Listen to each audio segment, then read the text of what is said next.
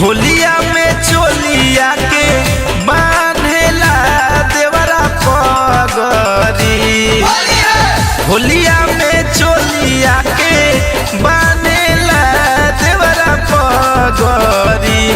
अब ढाकी कैसे जो बना हमार घूमेला बानी पगरी।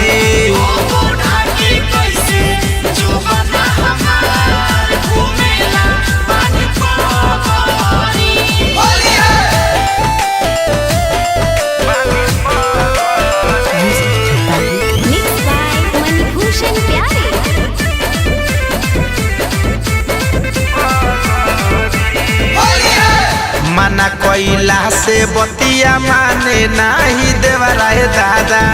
लघिए में बांध के घूमता पूरा चेवरा दादा। मना कोइला से बतिया माने नाही देवरा दादा।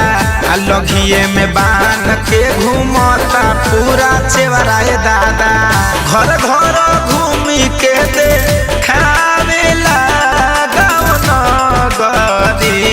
तब ढाकी कैसे जो बना हमार घूमेला बानी पगरी।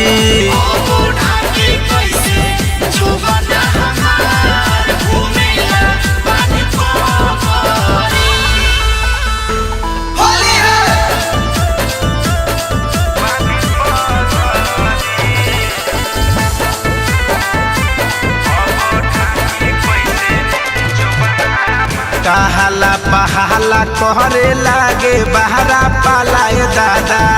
राइटर झलू रंग डलले बाकालाए दादा।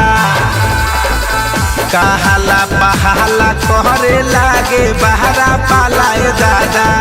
राइटर झलू रंग डलले बाकालाए दादा। हरे धनंजय रंग डालता हमारा सगरी। अब ढाकी कैसे जो बना हमार घूमेला बानी